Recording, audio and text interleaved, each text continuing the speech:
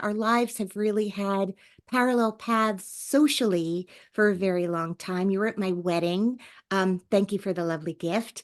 Uh, um, so I want to just say that I'm a fan of you as a human, and I'm a fan of you as an artist.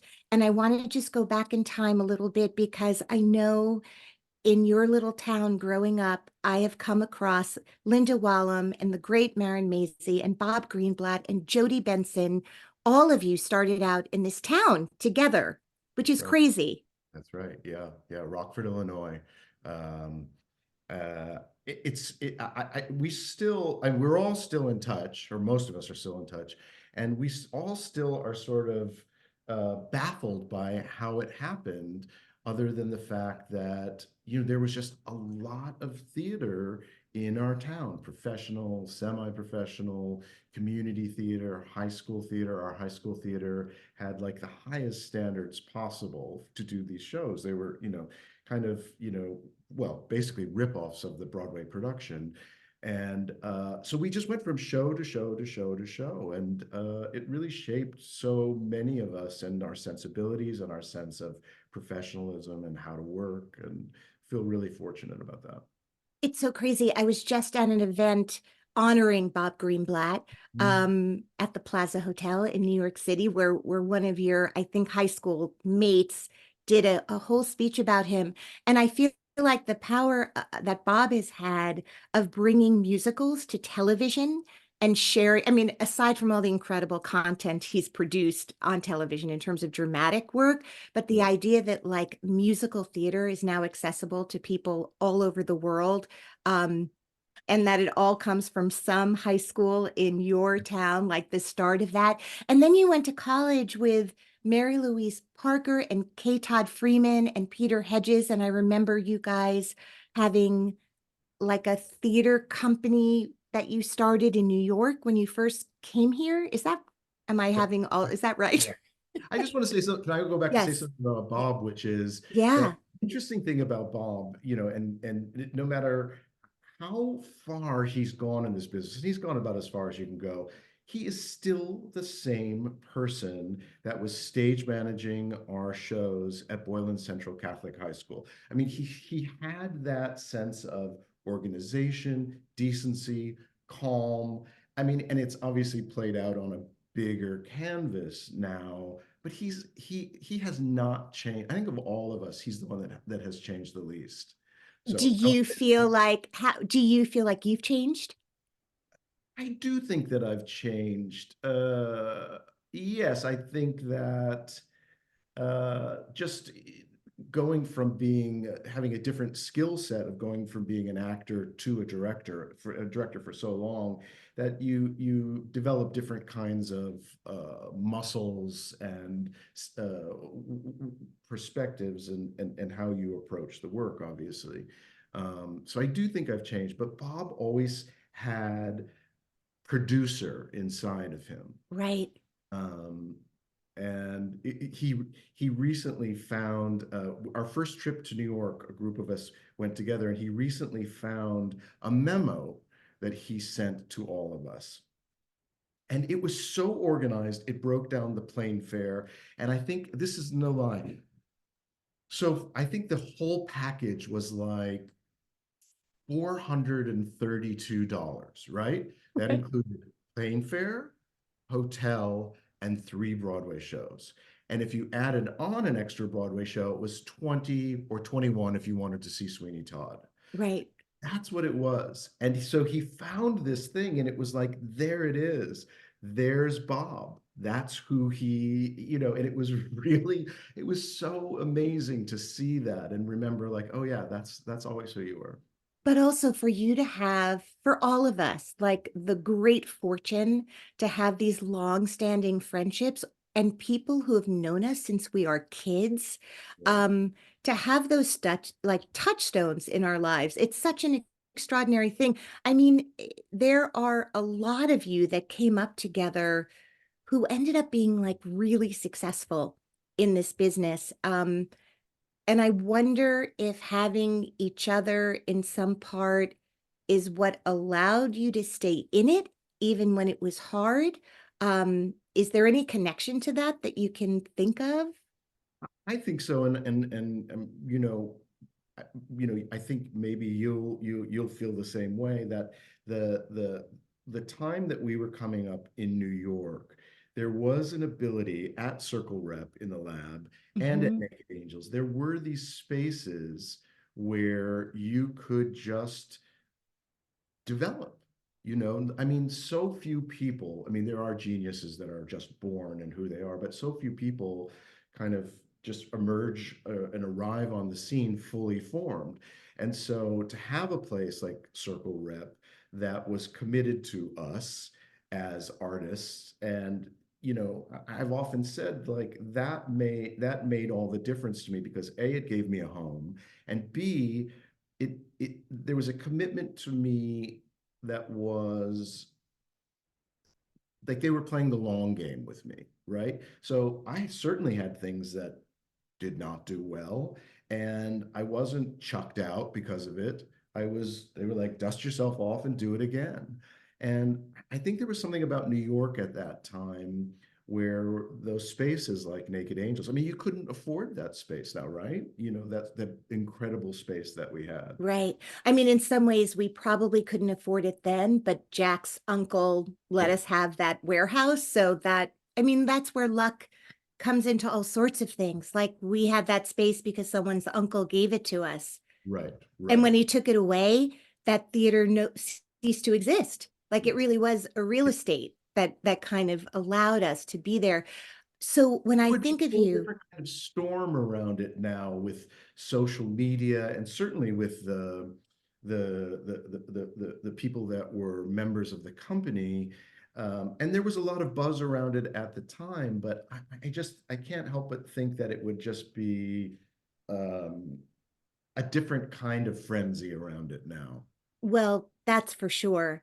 I mean, I think dealing with social media, which none of us had to deal with on any level. I mean, I remember when like early on in my Broadway career, like chat rooms started, which I had no understanding of or access to, but I know there was like a place for people to be catty about things. But it didn't sort of influence how you did your work. It certainly didn't influence producers in terms of what they were suddenly coming into the room with and saying, word on the street already is act two is too long. Like we were Yeah, making the thing on our own. yeah, Um, yeah, yeah. and dealing with the New York Times and dealing with the New York Times. I mean, that was sort of But it. you still are dealing with the New York Times, but on a different way now, I think. Yeah, I think that's true. I mean, I remember all of us coming out and doing plays in these various theater companies you mentioned and being thrilled at an episode or two of Law and Order, right? That was such a big deal. And having different day jobs or night jobs in order to support yourself while you did the thing you love. And then all of a sudden, I remember seeing Angels in America and all these people I love who would see in audition rooms, and who would become my friends through these various theater companies are all in this George C. Wolfe production of Tony Kushner's Angels in America. And none of us have been the same since. Those of us who got to see it, those of us who got to love the people who were in it and support them while they carried this on their backs. And it changed the life, I think, of all of the people in it. How did you get into that show? Well, I mean, there's a tie-in to Circle Rep. Um, do you remember an actor named Michael Ornstein? I think he changed his last name. So Michael was my boyfriend, That's right. That's right. That's right. Yeah, yeah, yeah. That's right. Now, and I'm what's his not telling Michael's him. name now? Uh, uh, it was Marisi at some point. He changed it to his mother's maiden name, but I think he's back to Michael Ornstein. Oh, good. And he's a painter now, I believe. So Yes, that's yes, amazing. yes. He was such a great actor. But anyway, so Michael and I, we knew each other from the lab, and he had done the production of Angels in San Francisco, and I believe was told at a certain point that they were not going to go forward with him. And Michael, being a complete and total mensch, in that moment, or subsequently, said, "You should check out Joe Mantello." And and I happened to be in a play at Circle on the main stage at the time, though I don't recall what it was. Maybe Baltimore Waltz, maybe. And Kushner came to see it. And so, I mean, I had to go through an audition process, but Michael really was the one through that in this magnanimous and incredibly generous gesture who sort of pointed towards me. And then, like I said, Kushner saw it, and then I auditioned several times, and then they kept looking and kept looking, and then finally they came back to me, and I did it in LA first, when the first time both parts were put together. Was in LA. Mhm. And then you guys came to New York. Can you, obviously now in hindsight, we understand sort of. I mean, it's heady to try to wrap your brain around like what that play is, what those plays are, and what they mean to people, what it opened up for future writers to go and be brave enough to write as well, about lives in such a raw way. What do you remember about putting that play together? And George C. Wolfe, for those of us who have not worked with him, are very intimidated by him. Um, what is he like as a director? And where does the warmth that I know exudes from him and passion along with his intimidating presence, how do all those things come together in a room to guide and shepherd you? I guess the first part, to answer the first part of your question, when I read the play, and I actually think that Michael lent me his scripts, both of them. And I remember thinking that this was a masterpiece.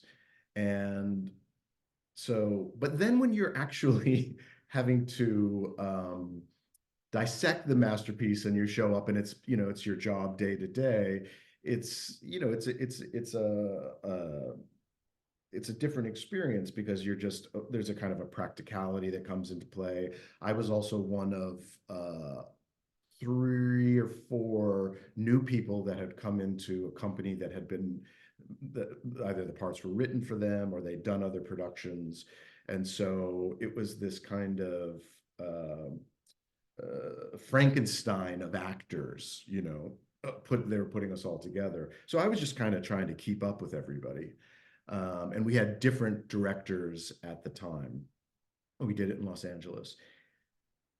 To answer your question about George, he is truly, he's the most inspiring, the smartest, the savviest, he instills you with this sense of confidence that you feel impenetrable. And he's like what I imagine a good general is at war. Like, he endows you with the belief in yourself and the belief in the company and in the belief in the piece and in the belief of the thing that you've made, so that you can just go out there and try to tackle this thing. And he did a very good job of protecting us from the noise outside the world. And again, just to go back to it, it was such a different time. So though we knew of the significance of the thing, it didn't have that same level of just noise around it. But he's the greatest. I mean, I've stolen so much of how I direct from him. Um, I would work for him in a second as an actor. He's the best. He's the best. Can I ask you, because And I think he's people, intimidating, just to say, I think he's yeah, intimidating because he's so smart about the play. You know, right.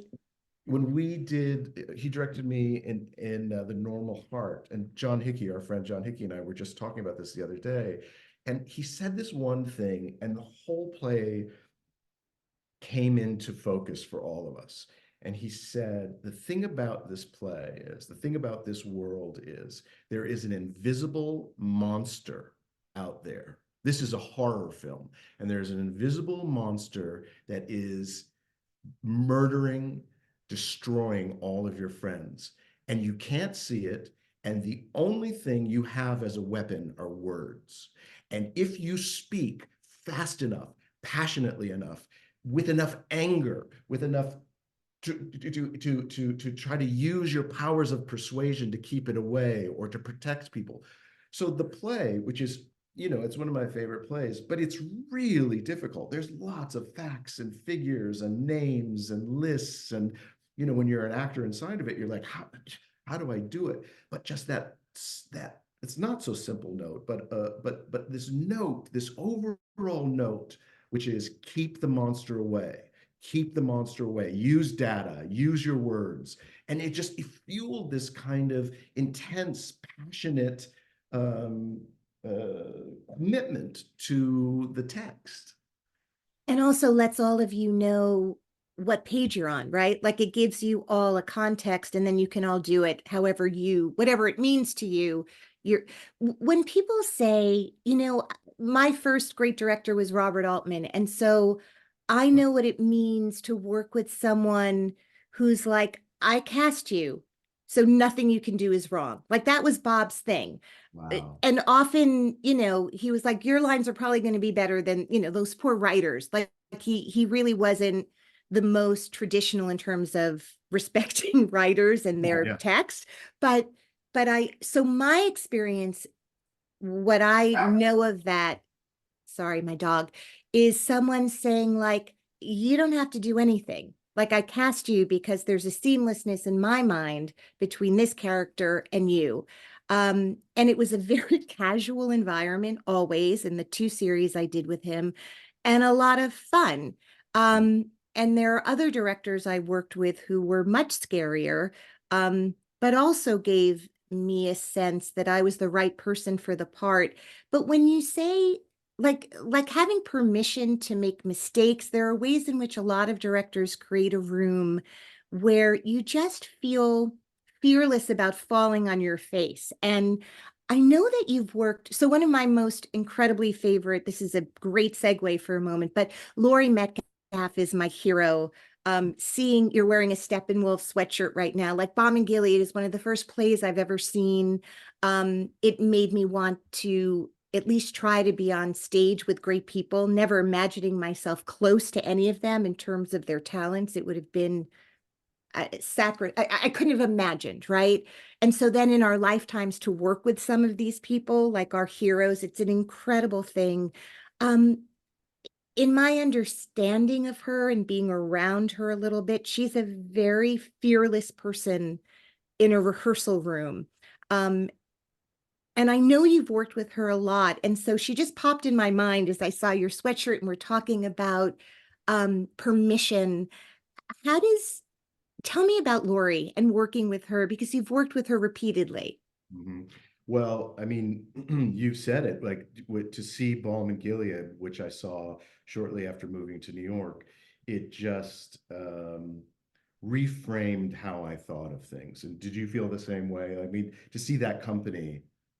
I had never seen anything like that. It was like watching a documentary with on a stage. That's where I met Michael.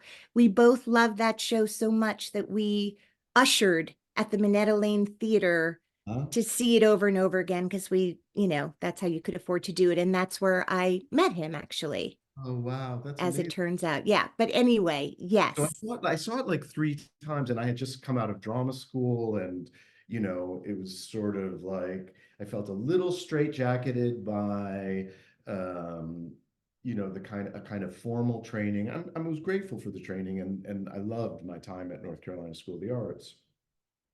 But the fashion of the times, I think, was training actors for the regional theater movement so that you were incredibly flexible, could do a lot of different kinds of things. But it wasn't really about um, uh, developing that sense of yourself that is whatever unique thing that you, Alana, or I bring to the stage, that was kind of secondary, or it wasn't even really talked about as much as it was just the ability to be incredibly flexible. So here I was watching all of these actors who were so idiosyncratic, who were, like nothing you'd ever seen, who were the opposite of conventional, right? Like they were doing things that were just mind blowing to me. And I kept going back, and Laurie in particular really just blew my mind. And it was just on the bucket list of like, someday be in a room with her, someday work with her.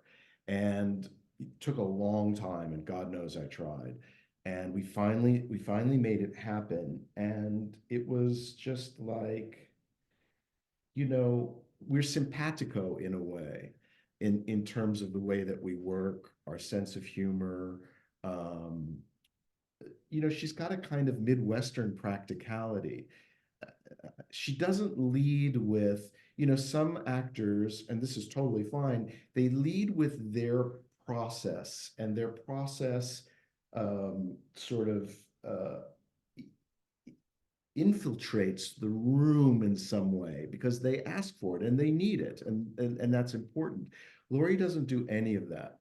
She shows up prepared. She knows the script. She's made choices. She never rehearses, at anything other than 100%. But within that, she can drop out of a scene, or she'll do something. Or I think the thing that we like about working with each other is we are constantly throwing things back and forth, but the things that we throw back and forth are to make each other laugh. So I'll say like, try this, and she'll do it, and we'll just start laughing. So it's this kind of, I mean, it's not professional, but it is like there's a great deal of joy in it, because it's like the challenge is, how can I give you something that's going to make me laugh? Regardless of whether the piece is incredibly serious or a comedy. Doesn't No, and matter. we did this play, uh, um, The Other Place, where she played a woman who had Alzheimer's, but you don't really know it. And in the second act, she's sort of in the throes of it. And she comes to this cabin, or this house, and that's not her. She wanders into it, and the woman who lives there has a purse. And then the purse was on the floor, and I said to her, while she's talking, just go through her purse and see what you can find. And so she's like, okay. So we're doing the scene, and she kind of, she's a savant. So she picks up the purse, she opens the wallet, she's listening, and she's kind of goes through the money and the credit card, and she just puts it like that. And but then she drops out, and she's like in the throes of dementia. She starts laughing so hard. We have that moment, and then she goes right back into it. But it's like that. It's like throwing down challenges that will, that for our own entertainment. So I remember seeing, like I said, I saw you acting and I saw you directing in the early days. And then I saw Love, Valor, and Compassion, this Terrence McNally play. And that is when I realized not only are you like an actor whisperer, in terms of that was an ensemble of actors, all of whom were the most fully realized versions of those characters, like beautiful casting, beautiful writing.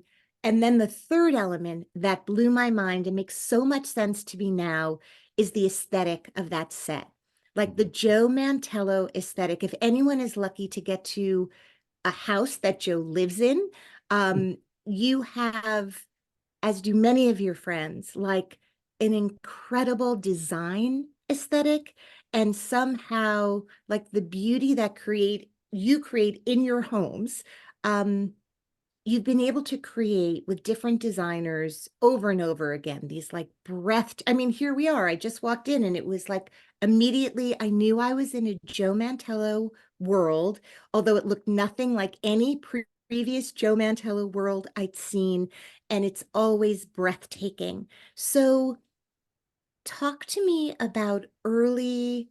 I don't know if you grew up like flipping through Architectural Digest and like if you were always interested in artists and painters and furniture and mid-century and all of that.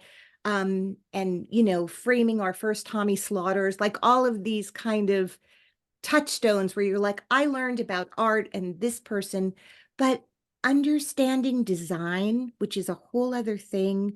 Well, who designed Love, Valor, and Compassion? Loy Arsenis. Okay, who you still work with to this day. Worked with Loy in a long time. In fact, I was just talking to a mutual friend. I haven't seen him in a very, very long time. So we did work together for For many many years ago. years. And Okay. Uh, I would work with him so, again. Yeah. well, beautiful aesthetic. And obviously you have developed a vocabulary to communicate what you see in your head, as well as taking in their ideas and seeing where that collaboration can happen. Is that a favorite part of the process for you? Yeah, it really is. And thank you for saying all that. That's very nice of you. Just to go back to Love, Valor, Compassion, there was a director that had been working on developing it with Terrence, and they had a parting of the ways. Was not there was nothing acrimonious about it. It was just they'd gone as far as they could go. And so they were looking around for directors, and I had done very, very little at the time, just mostly, when we would do shows at the lab, in that little lab space. What were we given? Like, I feel like it was like we were given like $150 to do everything, Yeah, and you could use how that $150 however you yeah. wanted. But that was And such a great little black box theater. It was a amazing. great place. Yeah. So that was my sensibility. So when, if you remember in the play, it goes from location to location, and there's out on a raft, and they're in the water, and they're in a lake, and they're in a country house, and they're in a car, and had all these locations. And I remember I had a meeting with Terrence, and I just talked about it in a way that was very, very practical because I didn't have access to a budget before. So Right. the thought of doing all of these things and going to all of these locations I was so naive that it didn't intimidate me because I never had anything. Yeah. So I just thought like, well, we'll just make it work. And I think, he said to me later on, he was like, your sort of confidence in the simplicity of it was what made me choose you to be the director. Even though, and that was the amazing thing about Terrence, is that he really just, it was all instinct with him. I'm certain that they met with directors whose resumes were much more Right. impressive. Um, but he took a chance on me. And now I think of some of those things that we did at Naked Angels or that I did in the Circle Lab, and I think like, oh, I would never be brave enough to do it now because I have too much information. So the Hmm. purity of whatever we had then is now, there's experience mixed in with it, but there's also, it's tainted in a way because I think I was much bolder then. Right. Well, it was beautiful. And I mean, I feel like that production. I mean, what did you like get an agent early on as I'm trying to think like I knew you as an actor, then you're starting to direct small things. Circle Rep was such a big deal at the time, but it was still like a cozy place to work. Yep. Did you get a directing agent? I did. I was with there was a man named Bill Craver, who was my first directing agent, and I was with Writers and Artists Agency at the time. They represented me as an actor, and he showed up one day to see a play of Peter's that I directed called Imagining Brad, and he called me up and asked me to come in for a meeting, and he said, "Well, I'd like to represent you as a director." And I remember saying to him, being absolutely baffled and saying, well, what would you do? I mean, what How does that work? Right. what does that even mean? Like, it never even occurred to me that a director would have an agent. And we worked together for many, many years. And again, he was really instrumental in helping me find my way, and got me my first regional job directing. And um, it was great. But I had absolutely no clue Right. Right. what that was a component in it. So Terrence, for so many, was just this angel person. I mean, Yeah. it's such a loss not having him alive on the planet. But his work, his breathtaking work is just everywhere. Yeah. Um, I have to ask you about it because, I did Your Good Man Charlie Brown with Kristen Chenoweth, and then she told me about this like reading workshop she was doing. Stephen Schwartz had written this song, and she was going to go off and play The Good Witch based Mhm. on that book we'd all been reading actually at the time. Um, and that, like, I'm doing this thing turned into this thing that has been um 20 years on Broadway. Um, Also, probably just not only did it change your life because you directed a big Broadway musical, I'm sure financially it just has changed your life beyond your wildest dreams. That is, lightning in a bottle happens once every 100 years like that. So, um, what, how did you end up? I'm trying to remember the order of things. Was that your first Broadway musical? Or had you It, done um, Assassins before that? it was, God, I'm trying to remember. I did, I think it was, we were doing Assassins at Roundabout. That was going to be the first musical that I Right. did, because I felt I'd gone as far as I could go with developing new plays, just sort of developing that muscle. And I wanted to challenge myself. And so I thought Assassins would be a good transitional musical, because it's very much like a play. And Yep. I seen the original production and loved it. And Oh my God. In your production, Joe, it was so, oh my God, it's so fantastic. Like well, maybe one of the best things, like I can't choose your best thing, but that was a great one. thank you, thank you. And so we were supposed to do it, and we were going into final auditions on September 11th. And Of Assassins. yeah, Okay. Oh my God. and so obviously, because there's a character in Assassins that they wrote, Sam Bick, who wants to fly a 747 into the White House. And it was so traumatic what happened in New York, not only in New York, but what we were feeling, what everyone was feeling at the time, that we just thought, the first time this musical was done, the Gulf War broke out, and so it always existed within this context. And so we decided to just put it up to the side. And I remember Todd saying, we'll do it. And I thought, oh, well, we're never going to do this. And then about a year and a half later, he called and he said, I think we should do it. And in the interim, the design completely changed. Um, and Robert Brill designed that set brilliantly. And we kept some cast members that we cast originally, some weren't available. And so we kind of started over. And and at the same time, I'd started with uh, uh, Wicked around the same time, so they were kind of happening simultaneously.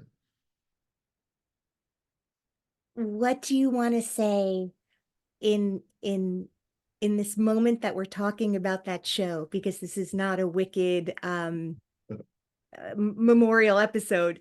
Um, what do you want to say about that? What does it mean to you? Well, let's see, what do I want to say? I've never had, and I will never have, the experience of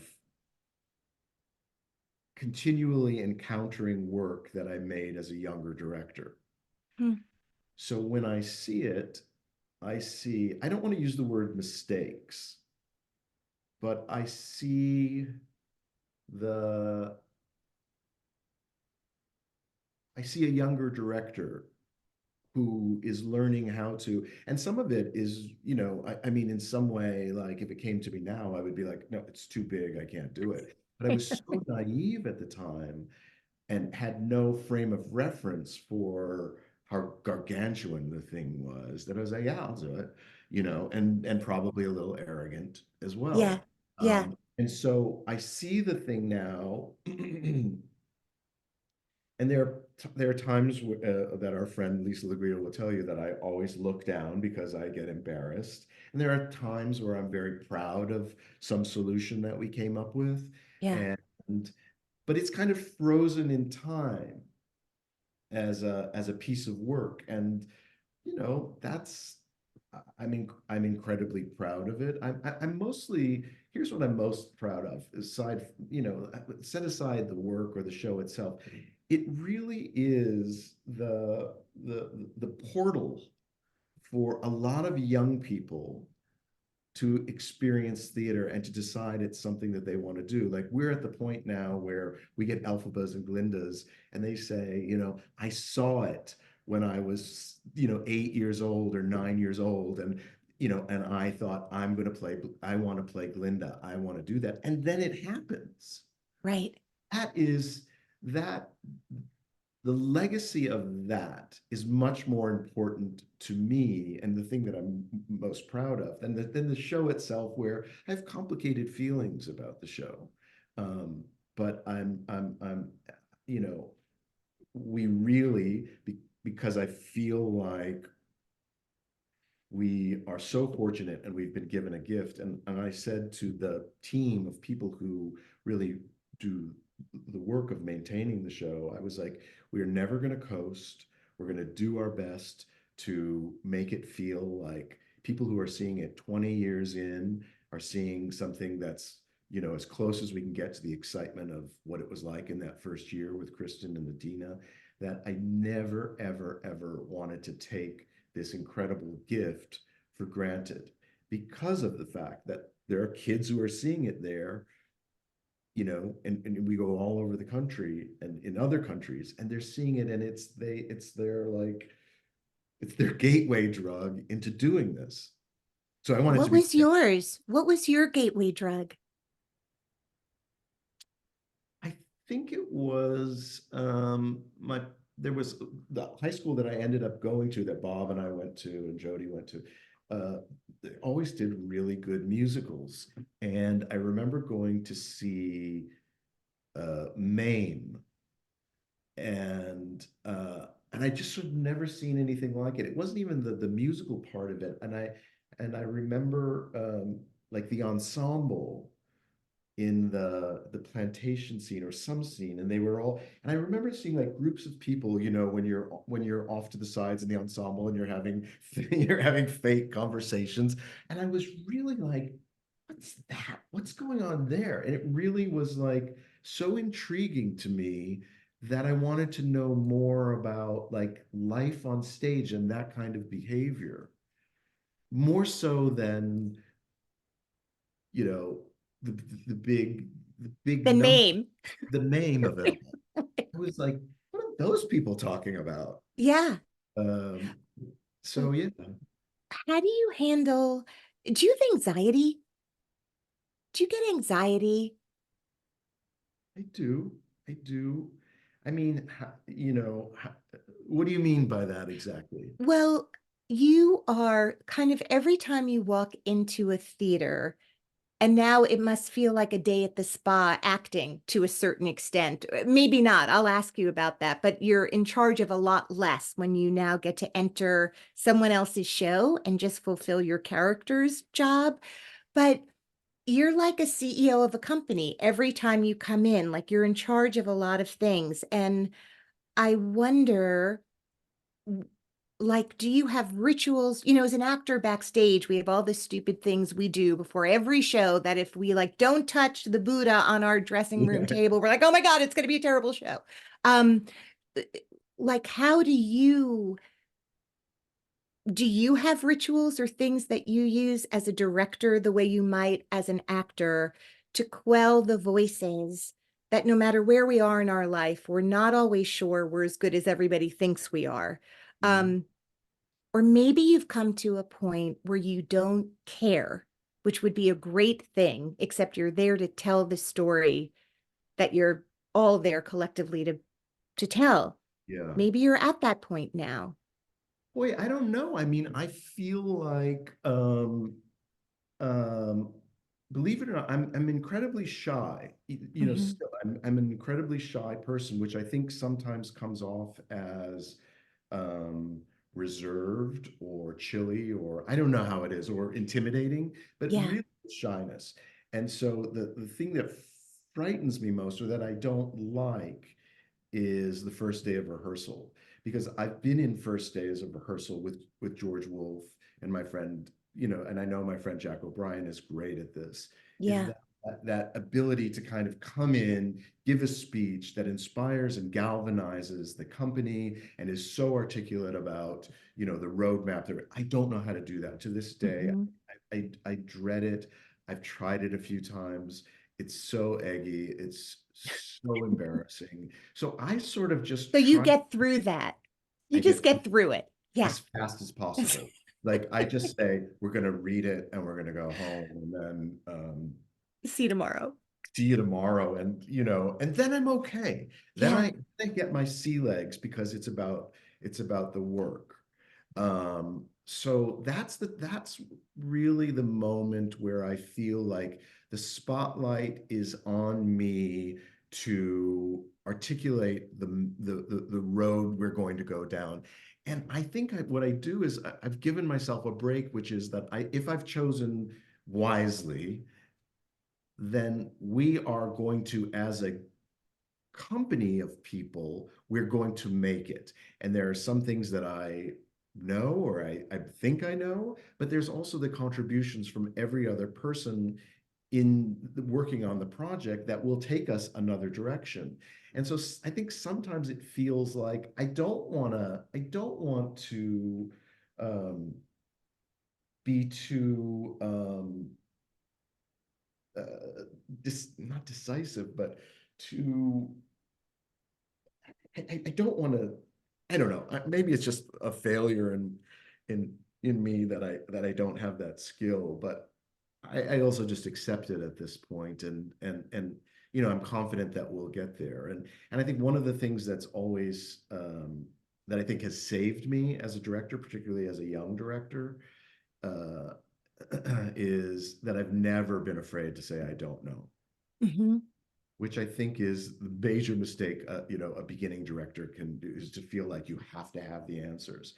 And I think actors are so smart, and they can smell fraud faster than anything. And you can tell when someone is saying they have the answer and they don't. And Right. I always felt like to go like, I don't know. I don't know. I think we all need to think about it. I think we need to sleep on it, and let's come back tomorrow. I feel confident that we're going to find an answer. Hmm. We just don't have it now. And I think in some way, most, though not all, actors respond to that because they're not being duped. Hmm. You know, they're like, oh, this guy's telling the truth. And I think the actors that I've felt the most connected to appreciate my candor, and the ones who don't, who need something else, you know, that can be a tricky collaboration. Right. Well, you have collaborated a lot with a lot of the same people. So obviously you have found many beautiful artists who speak your language and who can handle it, who can handle whatever it is, like your way of Yeah. doing it. Um, And I it's want it back, by the way. You know Yeah. what I mean? I want Well, when you somebody. describe the Lori thing, it's like you want to be in collaboration. Yeah, and I don't mind somebody saying to me, "Yeah, I sort of hear you. That doesn't really help. Can you, you know, like I think that's like, oh, okay. Hmm. Let me find another. Let me try to like. I don't mind. I like being challenged. Right. Right. You can take it. It's Yeah. okay. Yeah. You want to be in that. Um, All right. So I've touched on like all the Ryan Murphy of it all. When Dennis O'Hare was on the podcast, he actually was like, you guys were working together when you mentioned Here We Are to Yeah, him. yeah, Um, what an incredible thing very recently to be at the Shed and see that production. And to realize like everyone in the room collectively, even before it begins, is going, oh my God, like this is his last. This is Sondheim's. I mean, David Ives, I've loved him. I think he's one of the first playwrights I met, like maybe the first one I think I did a piece of his at like Manhattan Class Company in, oh yeah, yeah, yeah. 1922. Who even knows? But just to see like that incredible, gorgeous ensemble, literally, by the way, not just in terms of talent, on that beautiful set, giving us his last message, right? Like Sondheim's last story. That was really thrilling, and how incredible that you got to be the person at the helm of that. Um, I want to sort of know before I let you go, like that's closing soon. Do Yep. you have your next thing as a director that you're going to work on? Yeah, I'm going to do a play with Lori, which is, basically if the way to get me to do a play these days is to send me a play or let me read a play or offer me a play with that has a great role for Lori. I will go That's anywhere. incredible. Yeah. So we're going to Steppenwolf to do a play by Sam Hunter, brilliant Sam Hunter play in the spring. Yeah, And Feud comes out momentarily. yeah, yeah, yeah. It looks like delicious fun. What a cast, what an ensemble. Yeah. Just a few words about what it is to be in the world of Ryan Murphy, and is there anything of that you will take with you into your work not with Ryan Murphy? Yeah, I mean, to be in that world is again like we've been talking about coming up is that there is a commitment to the person to it always feels so creepy to say artist, but I'm going to say artist, right? You're, Mhm. he's committed to the I can artist, bleep it out. to the human. Uh, but and so it's like Circle Rep. It's like a repertory company, which is that y- you're in it for he's playing the long game with you, right? And Mm-hmm. so he's going to throw you things that you do well, that you might not do well, that he's never seen you do before. I mean, the part that I play in Feud, I kept saying to both Ryan and Robbie Bates, our friend who wrote it, who wrote all the episodes, and they're so brilliantly written. I kept saying, no, I'm not the guy. This is not me. I'm going to give you a list of people who should play this part. And I would send them like names and photos of really, incredible actors. And I said to Ryan, I don't even look like the guy. He goes, oh, who knows what Jack Dunphy looks like? You know, Like everybody. like I was like, You can I Google do. him. I do. He was like a tall Irishman. Right. So but there was something in the part that they felt like I brought to it, and I didn't see it for a long time, and I really, because I feel responsible, because I respect them both so much as artists, that I was like, I don't want to fuck this up. Mm-hmm. I don't want. You have so many wonderful actors here and so many wonderful actors to choose from. This is not my part. That being said, I'm glad I stuck with it. I'm glad they made me stick with it, and I'm coming out the other end of it. I hope that we found our way through it, in a way that makes sense. I don't know. I haven't seen it. I'm not going to watch it, but Well, I will. I will, and I won't say you let me anything. know. Let me know. I will, and I will tell you you're wonderful. All right, Joe Mantello, before I let you go, is there a little known fact about you that you can share?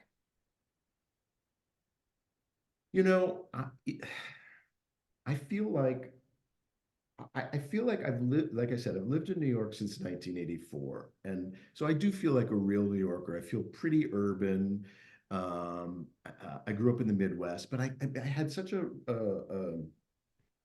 allergic reaction to that for a long time. Um, much less so now. I'm really grateful that I grew up there. But I feel like a pretty urban kind of slightly cynical guy. In the past 2 years, I've gone so deep into new country music, I can't tell you. And I don't know what it is, Alana. It's like songs about some songs that I have no context for, like pickup trucks and whiskey and Mama's house and these things and front porches and kind of Americana and a simpler life. And I think there's a part of me, for whatever reason, and it's really super surprising, that I've become nostalgic for a life that I never had. You know what I mean? Like that is not a part of my history. I have a kind of the Midwestern version of it, but that's something else entirely. I mean, I listen to country music most of the day. If I'm working, if I'm walking around the house, I go on hikes every day and only listen to country music. And I think the storytelling, the artistry, the sound, it's just I don't know. I think it to me that is it's surprising because I'm surprised that I have such a strong reaction to it. Maybe that's why you got on with Dolly Parton so well. Maybe, but this is even But this post, is even different. This is like, because Dolly's like her own thing. She's her right? own magical thing, and I love her music. Yeah. Uh, this is a kind of a recent thing of like new country, Can you like name some artists just for listeners who might want to check out what you're listening to? Lainey Wilson, Maren Morris, um, oh God, uh, there's so many. Like if you have Spotify, Pandora, It'll Apple, feed me. you It'll put feed in, me yeah, just everything put I in need. new country All and right. sit back and sit on a swing at Mama's I house. can't wait. I'll see you there. Yeah, Joe Mantello, thank you so much for coming on the podcast today. This has been like pure joy. Thank you. Thank you. thank you for having me. Amazing. All right. Please hold.